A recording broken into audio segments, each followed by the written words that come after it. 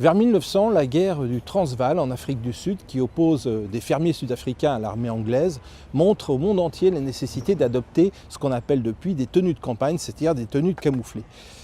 En effet, les soldats anglais étaient en habits rouges dans la savane africaine et évidemment, ils se faisaient tirer comme des lapins par les fermiers sud-africains.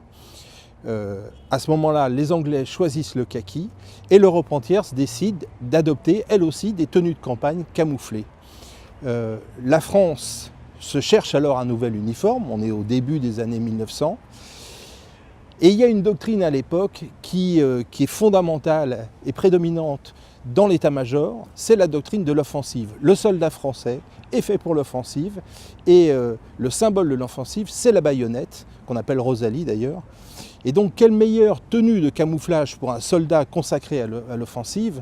un soldat debout qui charge face à un ennemi couché, eh bien, quelle meilleure couleur de camouflage que le bleu du ciel, le bleu horizon. Et ça va être cette tenue, bleu clair, qui évidemment est tout ce qu'on veut sauf camouflé dans la boue des tranchées et qui va provoquer malheureusement probablement des dizaines de milliers de morts supplémentaires et qui va d'ailleurs être abandonnée dès 1918 puisque l'armée française va adopter à ce moment-là des vareuses marron kaki comme le reste des armées du monde.